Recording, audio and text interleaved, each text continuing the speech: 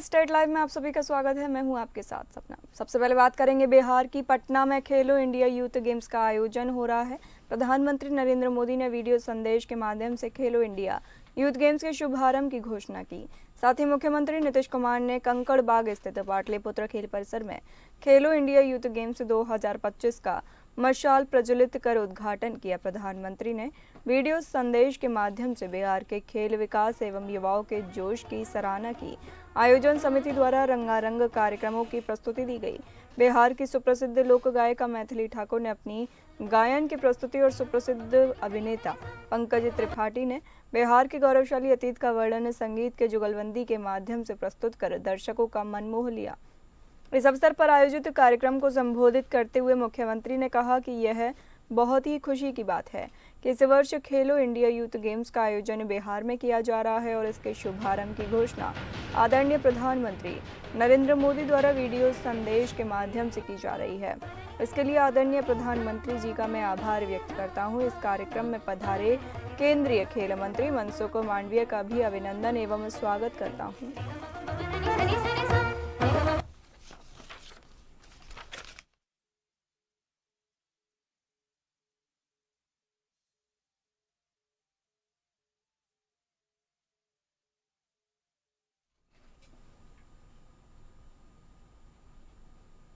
बिहार के पटना में 1117 बेड के अस्पताल का उद्घाटन किया गया। मुख्यमंत्री नीतीश कुमार ने पटना में 1117 शैय्या के अस्पताल का शिलापट्ट अनावरण कर उद्घाटन किया। चिकित्सा महाविद्यालय एवं अस्पताल पुनर्विकास परियोजना के अंतर्गत अस्पताल भवन के टावर शैय्या के अस्पताल का शिलापट्ट अनावरण कर उद्घाटन किया गया। इस दौरान मुख्यमंत्री ने पीएमसीएच के शताब्दी वर्ष को यादगार बनाने के लिए 22 फीट की प्रतीक स्वरूप निर्मित मूर्ति का भी अनावरण किया। उद्घाटन के बाद मुख्यमंत्री ने नवनिर्मित अस्पताल भवन निरीक्षण कर मरीजों के लिए उपलब्ध कराई गई सुविधाओं का जायजा लिया। निरीक्षण के दौरान मुख्यमंत्री ने सबसे पहले अस्पताल भवन के ऊपरी तल पर जाकर पीएमसीएच के आसपास के इलाकों का मुआयना किया एवं एयर एम्बुलेंस के उतरने की व्यवस्था की जानकारी ली।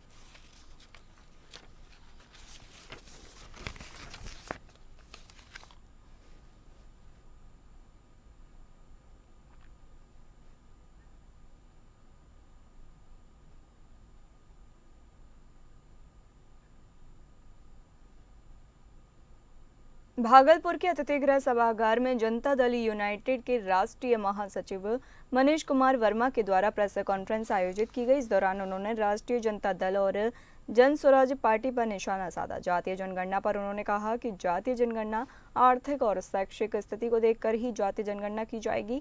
नीतीश कुमार के स्वास्थ्य पर सवाल खड़े करने वालों पर भी उन्होंने कहा, पहले अपने पिता के स्वास्थ्य को देख लें, बाद में किसी और के स्वास्थ्य पर सवाल उठाएं। इस दौरान मुकेश कुमार ने प्रशांत किशोर पर जमकर निशाना साधा। उन्होंने प्रशांत किशोर की रैली को कुर्सियों की रैली से संबोधित किया। उन्होंने कहा कि भाड़े के लोगों की भीड़ उनकी पार्टी में है। वहीं आरसीपी सिंह पर पूछे गए सवाल पर उन्होंने कहा कि 16 वर्षों से जब वे साथ थे तब उनको भ्रष्टाचार नहीं दिखता था, अब लोग अलग हो गए हैं तो भ्रष्टाचार दिख रहा है। शराबबंदी पर उन्होंने कहा कि पहले गली गली में शराब बिकती थी, मुख्यमंत्री नीतीश कुमार ने शराबबंदी लाई, इससे महिलाओं को काफी फायदा हुआ है, महिलाएं अब अधिक सुरक्षित हैं।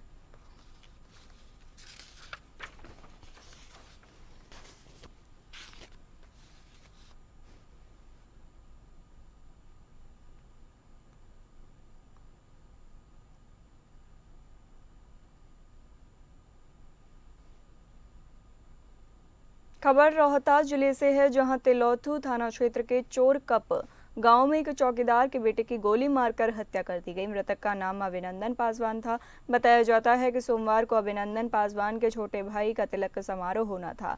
इसके लिए बीते रात दरवाजे पर सजावट का काम चल रहा था। इस दौरान अभिनंदन पासवान अपने दरवाजे पर ही कुछ लोगों के साथ सो रहे थे। तभी बाइक सवार 2 लोग पहुंचे और अभिनंदन पासवान की गोली मारकर हत्या कर दी।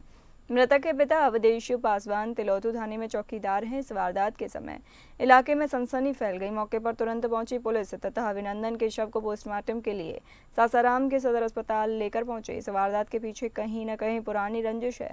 आज सोमवार को अभिनंदन पासवान के छोटे भाई का तिलक समारोह था और उससे पहले ही रविवार की देर रात अभिनंदन पासवान की हत्या कर दी गई। वहीं एक चौकीदार के पुत्र की हत्या से इलाके में सनसनी है।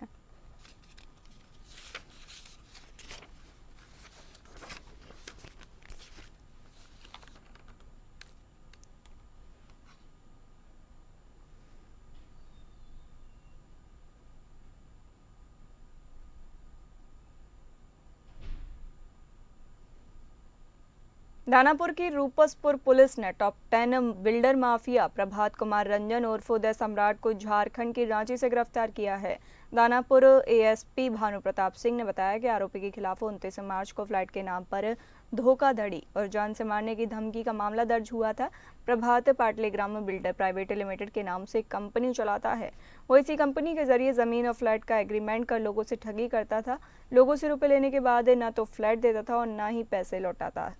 जांच में सामने आया कि आरोपी के खिलाफ पटना के विभिन्न थानों और बिहार के अन्य जिलों में 60 से अधिक मामले दर्ज हैं। इसके अलावा ईडी और सीबीआई में भी इसके खिलाफ केस दर्ज हैं। पहले बिहार एसटीएफ भी इसे गिरफ्तार कर चुकी है।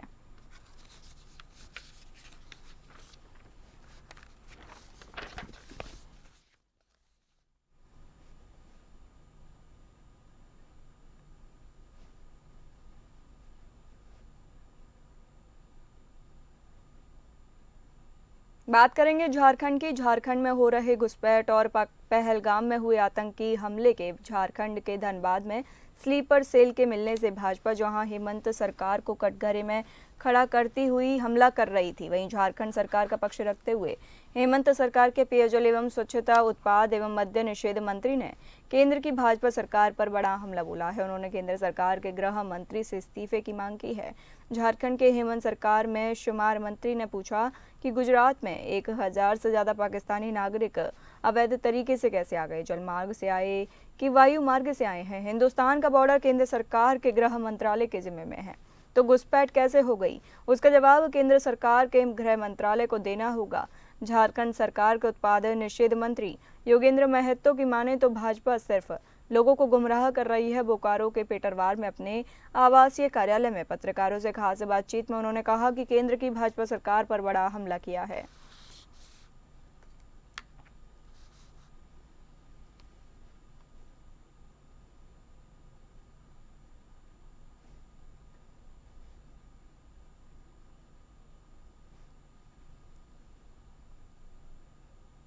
झारखंड के बेरमो में नदी में डूबने से किशोर की मौत हो गई। बता दें, बेरमो विधानसभा क्षेत्र के ढोरी खास के समीप दामोदर नदी में 16 साल का किशोर आयुष जायसवाल दामोदर नदी में नहाने के दौरान डूब गया। आयुष अपने 2 ममेरे भाई गोलू कुमार और श्याम कुमार के साथ दामोदर नदी में नहाने आया था। तीनों को तैरना नहीं आता था। नदी की गहराई का अनुमान नहीं लगा पाया और नदी में नहाने चला गया। तीनों डूबने लगे, तभी एक मछुआरे ने 2 बच्चे गोलू और श्याम को बचा लिया। वहीं आयुष जायसवाल को बचाने में असमर्थ रहा। 2 दिन पूर्व आयुष अपने मामा के घर आया था। वहीं प्रशासन ने खेतकों से स्थानीय गोताखोर को बुलाया। गोताखोरों ने देर शाम के अंधेरे में शव को खोज कर निकाला।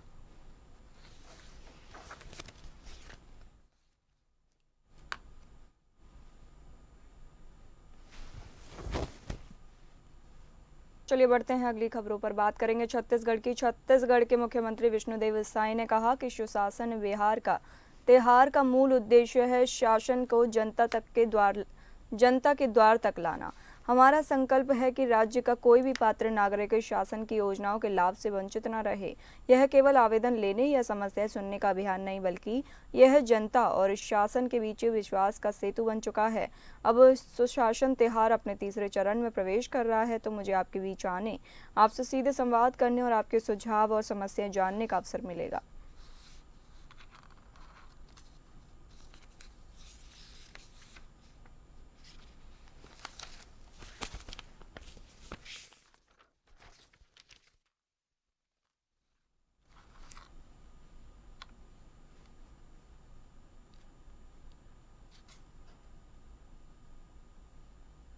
छत्तीसगढ़ के मुख्यमंत्री विष्णुदेव साय ने स्वास्थ्य विभाग के सभी प्रमुख अधिकारियों को निर्देश देते हुए कहा कि आमजन के हित में स्वास्थ्य सुविधाओं का विस्तार होते रहना चाहिए। उन्होंने कहा कि अस्पतालों में मरीजों के लिए बेहतर सुविधाएं सुनिश्चित हो और उन्हें अपने घर के आसपास ही अच्छा इलाज मिले। मुख्यमंत्री विष्णुदेव साय रायपुर सिविल लाइन स्थित अपने निवास कार्यालय में स्वास्थ्य विभाग की विभिन्न योजनाओं की समीक्षा कर रहे थे। मुख्यमंत्री विष्णुदेव साय ने स्वास्थ्य विभाग के अधिकारियों को निर्देश दिए कि एनीमिया, मैटरनल प्रोग्राम और लेप्रोसी जैसी बीमारियों पर प्राथमिकता से काम किया जाए।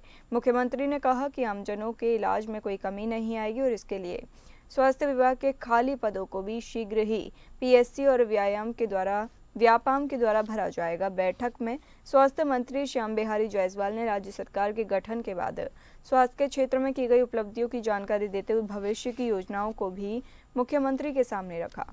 स्वास्थ्य विभाग के सचिव अमित कटारिया ने बैठक की जानकारी देते हुए बताया कि छत्तीसगढ़ राज्य टीबी और मलेरिया जैसी बीमारियों के उन्मूलन की दिशा में बेहतर कार्य कर रहा है।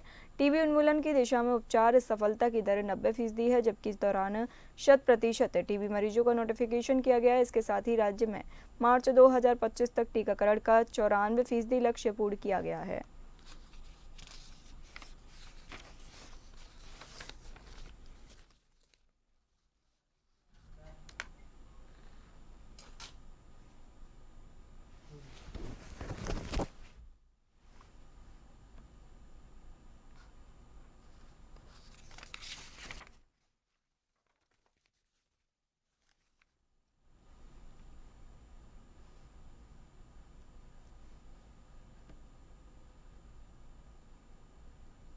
छत्तीसगढ़ की महिला एवं बाल विकास मंत्री लक्ष्मी रजवाड़े ने सूरजपुर जिले के जरही कपसरा मैदान में आयोजित कार्यक्रम में south eastern coalfields limited Bhatgaon क्षेत्र के अंतर्गत भू अधिग्रहण से प्रभावित स्थानीय 86 युवाओं को महामाया खदान के अंतर्गत रोजगार स्वीकृति पत्र वितरित किया।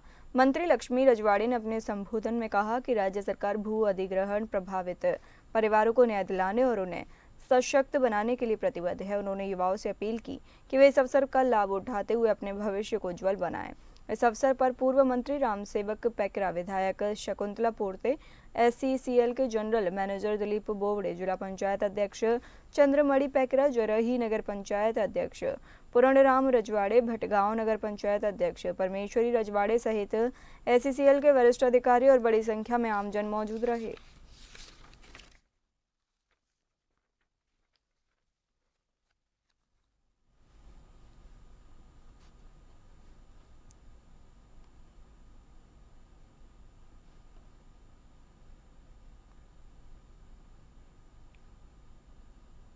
बलरामपुर के सामुदायिक स्वास्थ्य केंद्र राजपुर में पोस्टमार्टम करने वाला युवक ड्रेसिंग करता हुआ दिखाई दिया।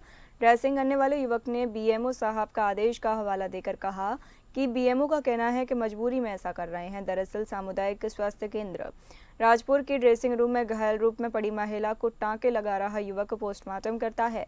इसका नाम अजय इमलिया है और इसकी पोस्टिंग पोस्टमार्टम के लिए हुई है, लेकिन अस्पताल में यह ड्रेसिंग करता हुआ दिखाई दे रहा है। अब आप सोच सकते हैं कि PM करने वाला युवक जब किसी की ड्रेसिंग करे तो टांके लगाए तो उसकी हालत कैसी होगी। इस युवक ने कहा कि BMO साहब के कहने पर वो ऐसा कर रहा है। घायल महिला का इलाज कर रहे डॉक्टर से जब हमने इस मामले में जानकारी ली तो उनका कहना है कि अस्पताल का ड्रेसर कल से गायब है, वह अस्पताल नहीं आ रहा है। वो खुद इस बात को कह रहे हैं कि पोस्टमार्टम करने वाले युवक से ड्रेसिंग करा रहे हैं। उन्होंने कहा कि BMO साहब को इसकी जानकारी दे दी है।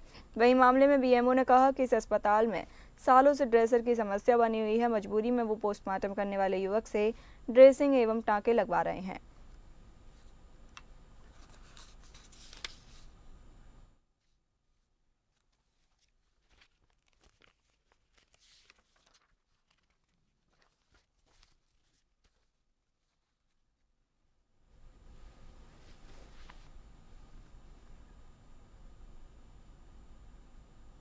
छत्तीसगढ़ के उप मुख्यमंत्री अरुण साव ने रायपुर निवास कार्यालय में पत्रकारों से बातचीत करते हुए कांग्रेस के संविधान बचाओ यात्रा को स्वार्थ सिद्ध यात्रा बताया। उन्होंने कहा कि कांग्रेस ने अपने स्वार्थों और सत्ता के लिए हमेशा संविधान का उल्लंघन किया है, संविधान के साथ खिलवाड़ किया है। साव ने कहा कि कांग्रेस लंबे समय से सत्ता से बाहर है और अपने अस्तित्व के लिए संघर्ष कर रही है, तब उन्हें संविधान की याद आ रही है और संविधान यात्रा निकाल रही है। उप मुख्यमंत्री साव ने कहा कि भाजपा के लिए भारत का संविधान सर्वोपरि है, सरकार संविधान के अनुरूप चल रही है। कांग्रेस की संविधान बचाओ यात्रा जनता की आंखों में धूल झोंकने के लिए है। साव ने आगे कहा कि कुछ नेताओं द्वारा नक्सल अभियान का समर्थन किए जाने पर सरकार के अच्छे कामों का समर्थन करना यह आदर्श राजनीति का संकेत है। आज देश में नक्सलवाद और अलगाववाद के खिलाफ कड़ी कार्रवाई की जा रही है। माननीय नरेंद्र मोदी के नेतृत्व में व्यापक अभियान भी चल रहा है, जिसकी पूरी दुनिया प्रशंसा कर रही है। उन्होंने कहा कि जो राष्ट्र भक्त है उन्हें सरकार की सराहना करनी चाहिए और जो हो रहा है ये आदर्श राजनीति है।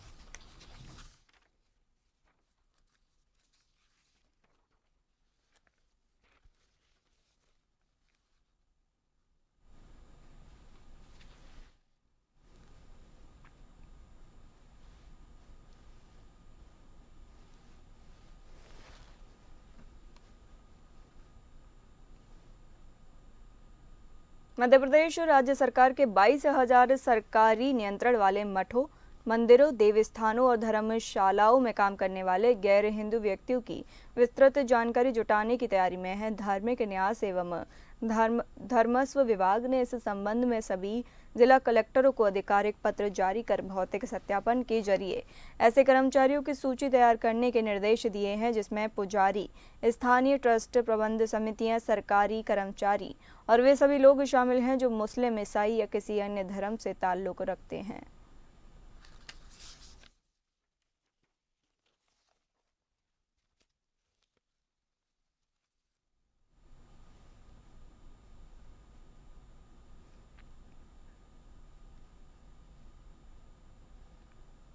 छतरपुर जिले के खजुराहो में बुंदेल केशरी वीर बुंदेला महाराजा छत्रसाल की जयंती सर्व समाज के लोगों द्वारा बड़ी धूमधाम से मनाई गई। भव्य शोभा यात्रा रथ, घोड़े, गाजे बाजे के साथ धौलागिरी मंदिर से प्रारंभ होकर बस स्टैंड, मंतेगेश्वर मंदिर होते हुए गोला मार्केट बाजार के रास्ते छत्रसाल चौक, बस्ती चौराहे में समापन किया गया। छत्रसाल चौक खजुराहो में दीप प्रज्वलित कर मंच के माध्यम से बुंदेल केशरी महाराजा छत्रसाल जी का बखान किया। शोभा यात्रा में सर्व समाज के लोगों द्वारा बढ़ चढ़ कर हिस्सा लिया गया। युवतियों के द्वारा शोभा यात्रा में तलवार के साथ करतब दिखाया गया। शोभा यात्रा में बूढ़े, बच्चे, युवक, युवतियों, महिलाओं ने हिस्सा लिया। क्षेत्रीय विधायक अरविंद पटेरिया के द्वारा छत्रसाल महाराज की प्रतिमा में फूल अर्पण कर आयोजकों को बधाई देते हुए उत्साहवर्धन किया गया।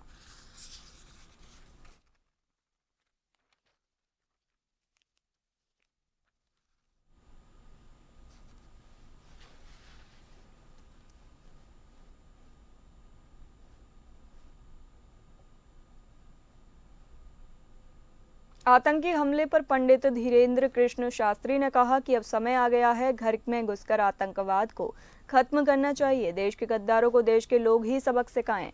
उन्होंने कहा कि अगर आतंकवाद खत्म नहीं हुआ तो विदेशी सैलानी भी भारत से आने से डरेंगे।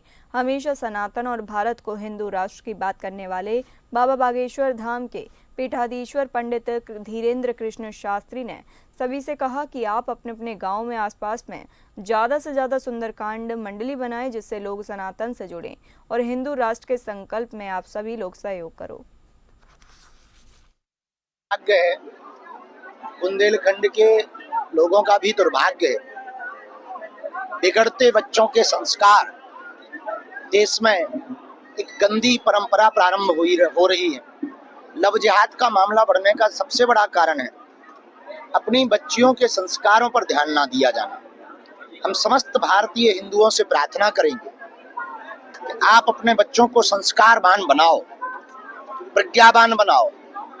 आप बच्चों को खूब अंग्रेजी पढ़ाओ, सब कुछ पढ़ाओ, लेकिन अपने बच्चों को इतना कट्टर बनाओ कि आपकी बेटी, आपका बेटा दूसरे मजहबों के चक्कर में ना पड़े।